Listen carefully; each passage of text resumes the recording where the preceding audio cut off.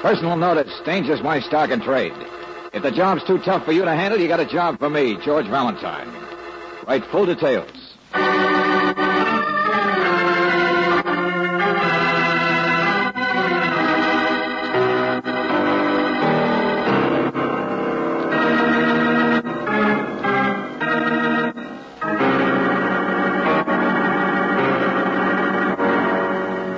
Standard of California, on behalf of independent Chevron gas stations and standard stations throughout the West, invites you to Let George Do It. No Riders, another adventure of George Valentine.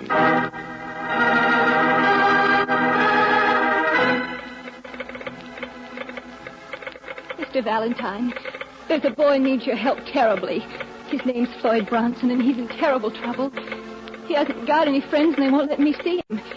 He'll still be here, I think, until the fire's over. It's a terrible fire. Please drive fast and get here. It's on Highway 41, just a few miles east of Paso Robles. You can find me because I'm a waitress at the Stop and Sip Cafe. Respectfully, Wanda Murphy.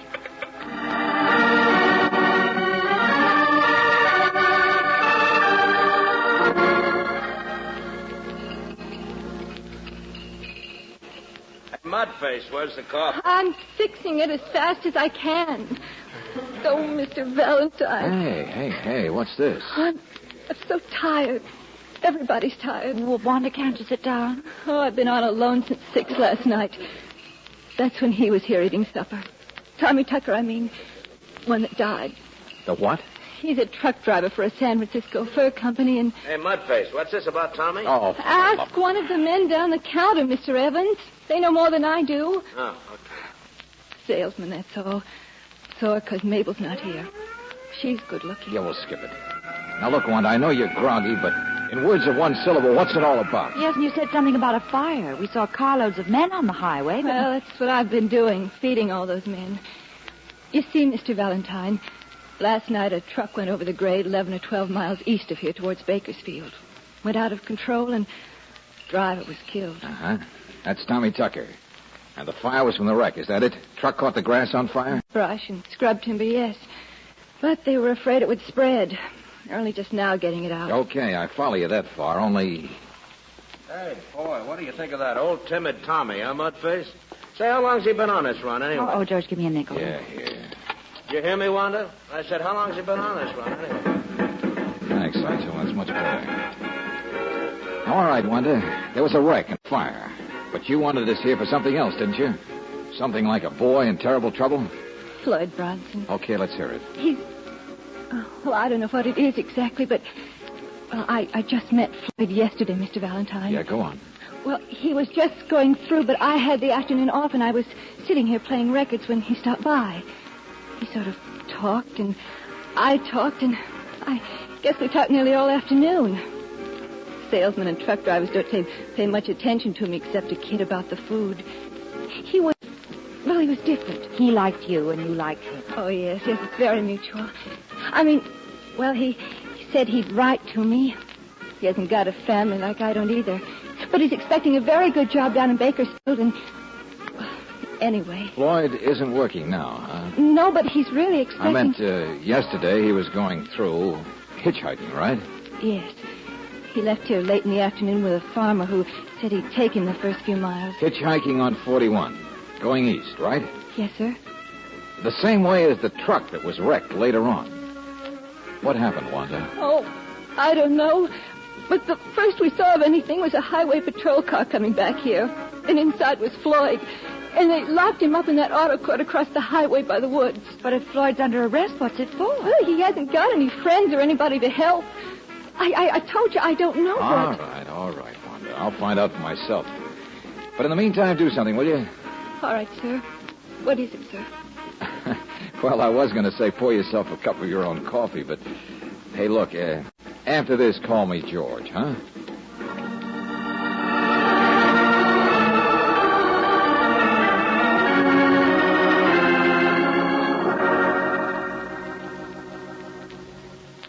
So, Wanda asked you to help me, huh? Yeah, the kid's upset. Worried silly about you. Well, you know how it is. No, I don't. Well, she's a nice enough kid, I guess, but, well, you know, when a guy travels around like I do. Oh, I see. Traveler, huh?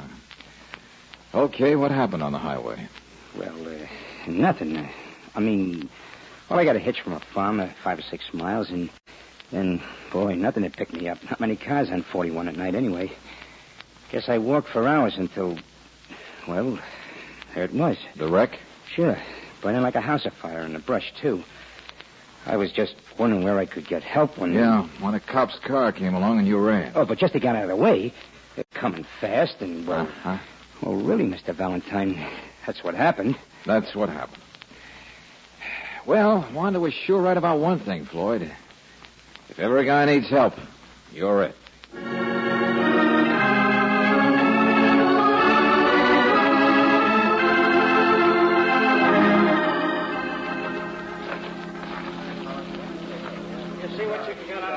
And, you're the man who owned the truck, huh, Mr. Jessup? Yeah, lots of them.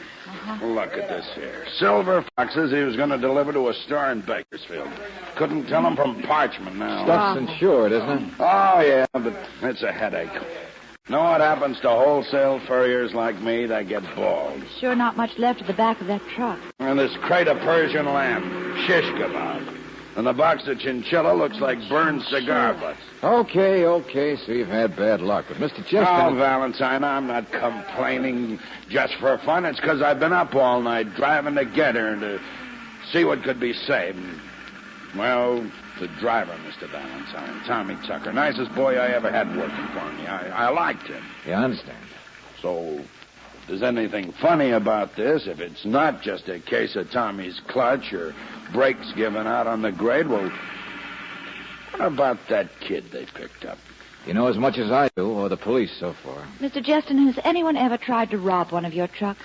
I mean, on such an out-of-the-way road, it could... No, this is not a movie, Miss Brooks. Cargo's all boxed and locked and bolted to the floor. Besides, it's all still here, what's left of it. Still was curious about that kid, that's all. So am I. He was running away from the wreck. And maybe he was in the wreck and doesn't want to admit it. You mean maybe Tommy had picked him up? Sure, why not? Little company late at night. No, that doesn't make sense. Why not? Well, you see the sign? No riders. That's the one rule we're really tough about. And Tommy wasn't a boy to break rules. Yeah, I heard a salesman call him Timid Tommy. No, conscientious, that's all. Reliable. I told you, the best man I ever had. Best driver, too. That's what bothers me. Yeah. Say, what did they find up here in the cab of the truck? Ashes, mostly, see? His flashlight was here in the seat. Uh-huh. Truck's out of gear, huh? Yeah. I got a mechanic coming to take a look. Little iron rings. What's that? What do you mean? 2 little iron rings about an inch in diameter. On the shelf up here, back of the seat, see? Yeah, I saw those, Miss Brooks, and for the life of me, I can't... Fire's pretty well under control now, but I sent Tucker's body off to Paso Robles. Oh, thanks, McGee. 2 facts bother me, Valentine. Yeah? Number 1, we couldn't find any jacket any place for the driver, Tucker. Not even a zipper. But in the fire, it might have burned. And anyway, maybe he didn't have one. The cab of a truck is heated, isn't it? Well, I know it doesn't mean much. But finding a wallet does. A wallet? That's right. A firefighter just phoned from several miles down the road. Says come take a look at something he picked up there. Tucker's wallet.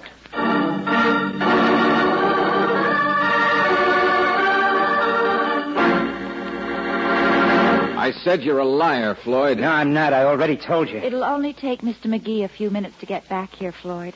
So if you expect us to help you, But this is just an ordinary leather jacket, isn't it?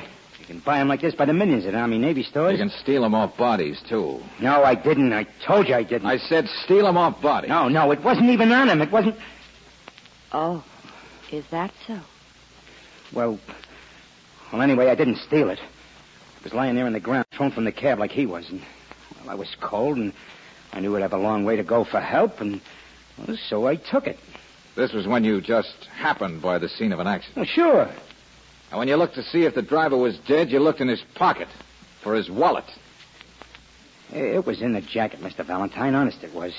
I didn't realize it until after the cops had picked me up. And I knew I'd be in worse trouble, so when they weren't looking, I threw it out the window of their car.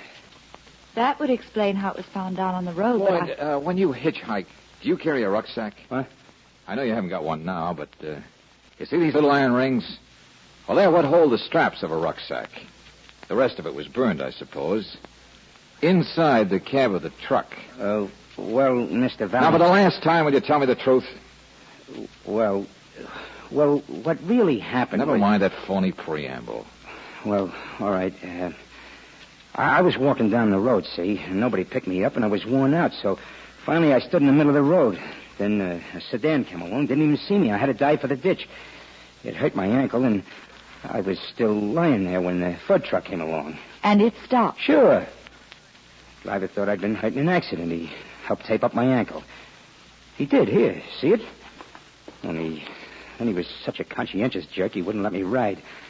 Said if anybody was seen in his cab, he'd be fired. It was the rules. Well, I pretended I was sicker than I was, and he finally opened the back of the truck where I couldn't be seen. He said he'd dump me out before he got to Bakersfield. Then what happened? Well, I was so tired, I fell asleep, and next thing I knew, there'd been this accident. It broke the whole rear end. You saw how. Well, I was awful afraid for a second, and the fire was burning around me, and, well, you know all the rest. Yeah. Now, even forgetting it's a wild story, what bothers me is, why didn't you say all this in the first place? It's like pulling teeth, isn't it? Maybe we'll have to pull out a molar, Valentine. Mr. McGee? Yes, I've been out there listening. Some story, son. Well, it's what really happened. Is it? I just got a phone call, Valentine. Coroner in Paso Robles says Tommy Tucker was murdered. What? Hit over the head with a heavy instrument sometime before the accident. Instrument appears to be that flashlight we found. Your fingerprints are on it, Floyd.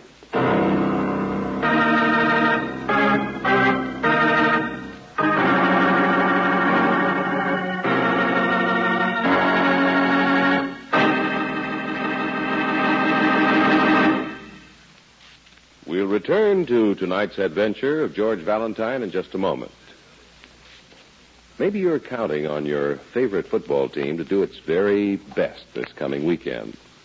If you're driving to the game, I can tell you how to make sure your car does its very best.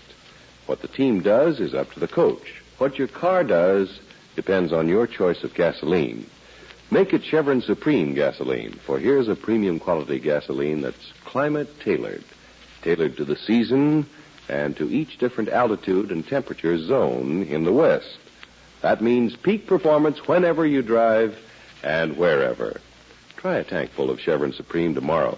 Right away, you'll notice the difference. Faster starts, smoother pickup in traffic, ping-free power on hills. In fact, you can't buy a better gasoline for today's high-compression engines. Get Chevron Supreme at standard stations and at independent Chevron gas stations where they say and mean, we take better care of your car.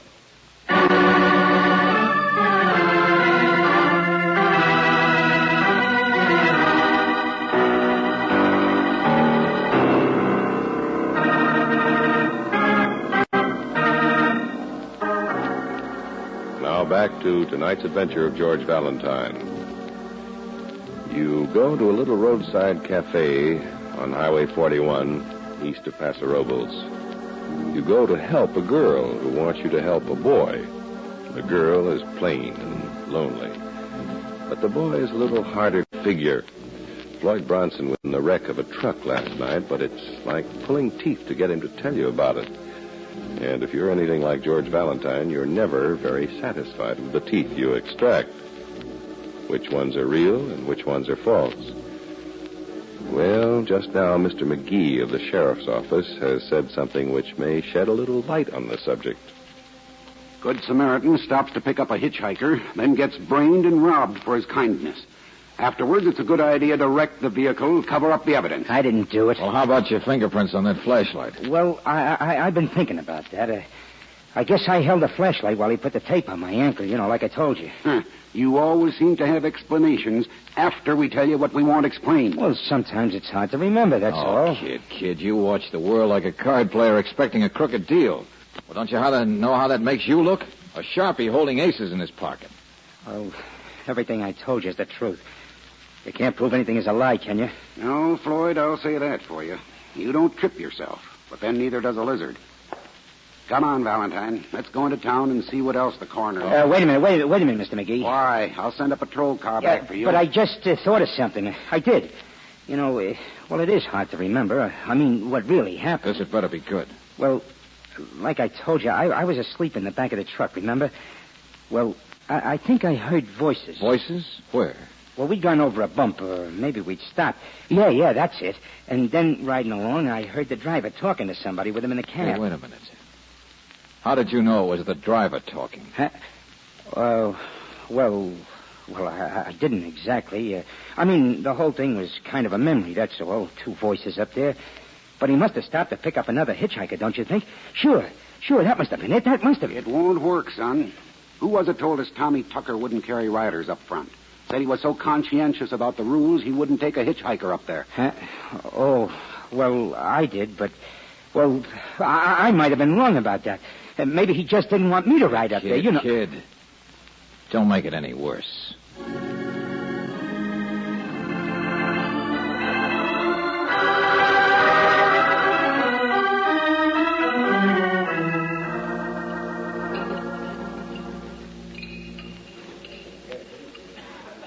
Well, Mr. Valentine, I suppose Tucker might have picked somebody up, but I can't believe it. What about a man riding in the back of the truck, Mr. Jeston? Oh, he thought the boy was hurt, and there's no way the load could be bothered. I wouldn't blame a driver for that. He wouldn't have given his mother-in-law a ride to her own funeral. What's that? No, it's a fact.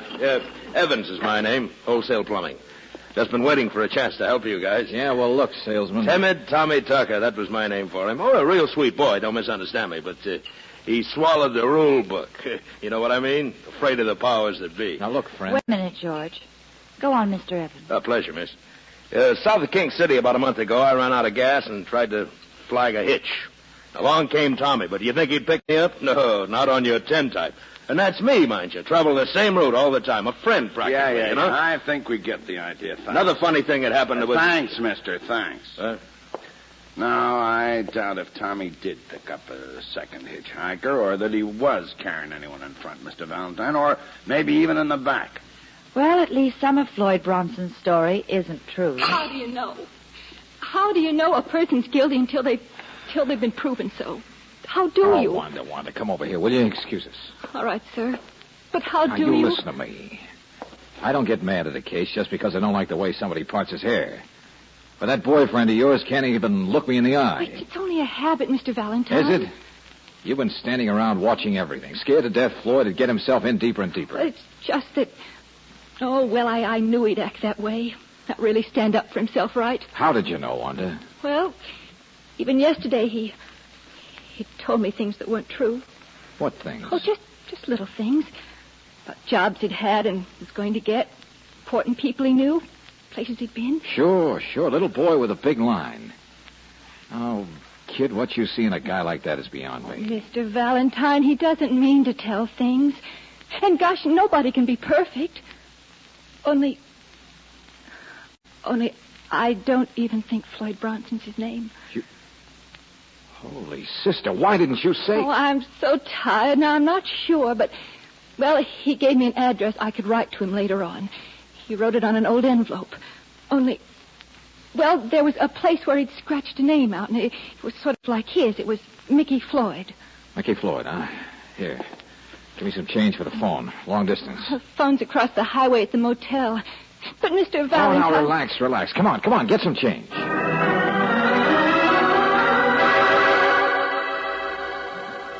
Yeah. So that's the story, huh? Okay, Lieutenant Riley, thanks. Sure, I got it. Well, George, what'd they say in the city? Same thing they'll say in the country as soon as McGee's fingerprint report comes through. George, what are you talking about?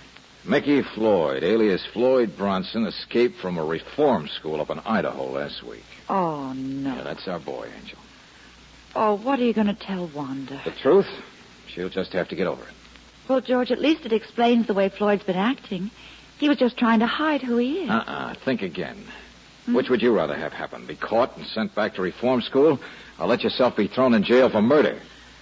No, Brooksy, there's something else. Hey, come on. What's that? What the... Hey, Evans. Evans, what's happened? Oh, brother, I don't know. Somebody said the kid broke up. What? Huh? Patrol car came to pick him up, but they found the cabin open and the guard knocked out. Yeah, sure, listen to that. He must have headed up through the woods. Come on. No, we'll meet you. Go ahead.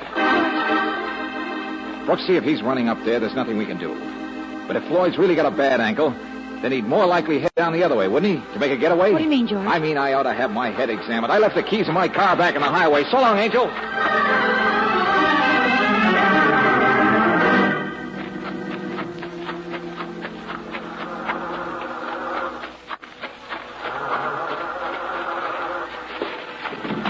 Get away from me, Mr. Valentine. Look out. Oh, no, you don't. Move over, will you? No. I said move over. I'm driving this buggy. I wasn't going to steal your car. Oh, no, just borrow it. Say, whose car is that? That sedan? How should I know? Well, what are you doing? I just wanted time to tell you how crazy you are, Buster. Out of the frying pan into the fire. Run. That's all you think of. Okay, well, for my money, you're guilty. But I'm not. I didn't kill anybody. Yeah, you said that. Now, come on, describe the inside of that fur truck for me again. Huh? Come on, the back end of the truck. Oh, well, it was pretty dark and I was sleepy, but, there was a big box that said Silver Fox on it, and I laid down next to a big bolted crate that said Chinchilla. The bolts kept banging me. You gonna stick with that hogwash? Hogwash? But it's true. It's what happened. Why did you slug that guard? Listen, they're coming after us. I said, why did you slug that guard just now to get away? What guard? Oh, cut it out. The guard that was standing But there. he wasn't there. I didn't see him. I just found the door was open. I knew I had to get away before they put me in jail where I could.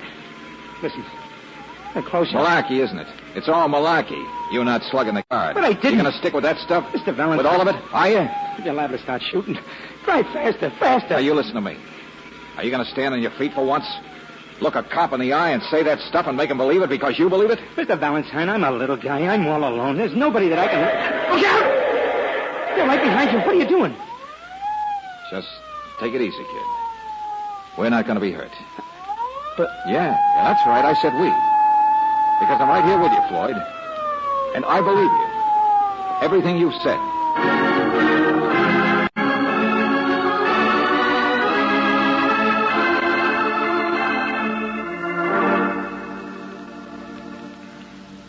Valentine, what in the name of blue blazes? Obstructing justice, yeah, I know. But now, wait a minute, McGee. You just heard the boy here describe the inside of the truck, didn't you? I'll say this, McGee. It was quite an accurate description. Thanks, Justin. And how could he have known what it looked like unless the driver did let him in there? He wouldn't have known how to work the lock on the outside. And if Floyd was riding it back, how could he have got up front again to attack the driver? Well, I know we haven't got all the answers yet. But in the meantime, I can hold him for his breakaway, slugging the guard. McGee, the kid says he didn't do it. Oh, now, The look. thing that's been bothering me, and probably you too, is that there's no other handy explanation for this whole business. Well, maybe I can come up with one. Don't count on it. You see, I think instead of it all being true, it's all false. Like the boy riding in back. Why, we've turned up a witness who passed the truck on the road and who swears there were two people in front. Oh, great. But look, if the kid can describe what was in back. Back, front, will you, please? Okay. But, McGee, just suppose there's somebody who's scared to death of Floyd. Because, well, by sheer accident, Floyd was along and asleep when a crime was committed. What do you mean? And there are things in Floyd's memory, like he recognized somebody's sedan over here. Well, I remember he was driven off the highway by a sedan. That's when he hurt his ankle. Now, suppose it was a sedan that shouldn't have been seen in that neck of the woods last night. Go on, Valentine. The guard comes next, doesn't he? Yeah. Yeah, if there was someone who was terrified of Floyd's possible evidence, and at the same time knew the kid was a perfect fall guy, wouldn't it be logical to set up a chance for Floyd to escape? The crazy kid would be bound to keep running until he'd be stopped someplace by a bullet. And then there'd never be any question of an alternate explanation. No more dangerous investigation. Well, there are lots of holes in a story like that. I'm afraid so, Mr. Valentine. And if my theory is right, Mr. Justin, then even the business of front and back fits into place. The kid said he was asleep in back and heard voices. Okay, McGee. You got a witness says there was somebody up front. Well, yes, it's true that checks, but... Only how could there be another hitchhiker in the cab when the driver was so conscientious about no riders? No, I'm sure he wouldn't have picked There's up... only one person in the world I can figure would benefit by a carload of valuable furs being burned to a crisp. A person who'd naturally have to kill the conscientious driver to manage it. Wait a minute. Are you trying It's the only person that a driver who lived by the rules could pick up on the highway. The guy who owned the furs. The guy who wrote the rules, Mr. Justin. You.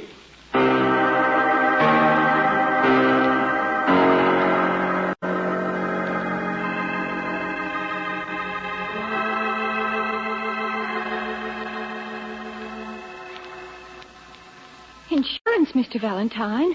Well, I don't understand. Yeah, sure, Wanda. Insurance on the furs. Why, there was even chinchilla in that load. Maybe some of them weren't even the real thing to begin with. And the insurance company would never know. Justin would just hold out his hand and get a nice fat check, which apparently he needed to keep his company going. And it was Mr. Justin who met the truck out there on 41. Mm-hmm. Sure. Probably pretended he had a flat tire or something. Only poor Tommy Tucker. It's all going to be made to look like an accident, wasn't it? That's right, and it would have, if it hadn't been for your stumbling Romeo wandering into it. The police found enough evidence to make Justin confess. Oh, give me a nickel, will you, Angel? Here, have some music, Wanda, because this is where we came in. See you later. George? What on earth... Oh, excuse me. Hello. Mr. McGee said I could come in for a few minutes and, well, anyway... Before you go back to school, huh? Yeah. Well, Mudface is in there, Floyd. Huh? Oh, she's a nice enough kid, I guess. Not very attractive, but...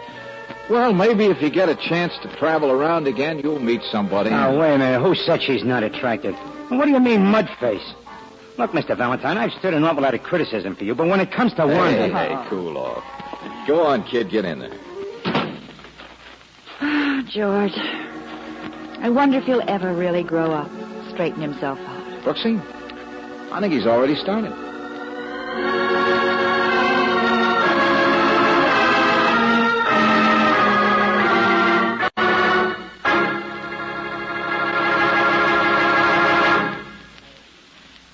You can easily keep the outside of your car from rusting, but how are you going to protect internal engine parts when rust is responsible for 80% of the wear?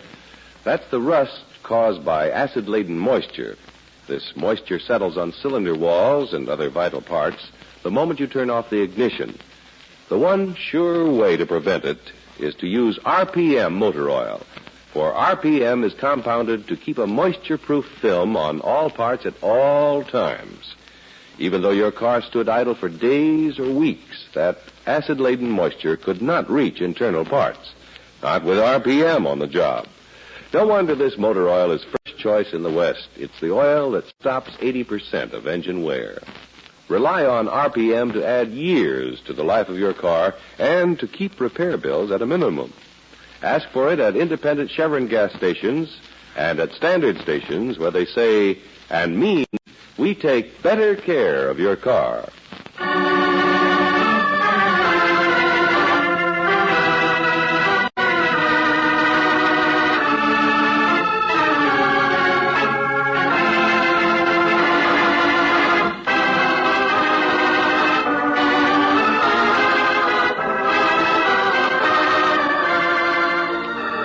Tonight's adventure of George Valentine has been brought to you by Standard of California on behalf of independent Chevron gas stations and standard stations throughout the West. Robert Bailey is starred as George with Francis Robinson as Brooksy. Let George Do It is written by David Victor and Jackson Gillis and directed by Don Clark. Also heard in the cast were Virginia Eiler as Wanda, Bill Conrad as Evans, Walter Burke as Floyd, Ted DeCorsia as Justin, and Joe Duvall as McGee. The music is composed and presented by Eddie Dunstetter. Your announcer, John Heaston. Listen again next week, same time, same station, to Let George Do It.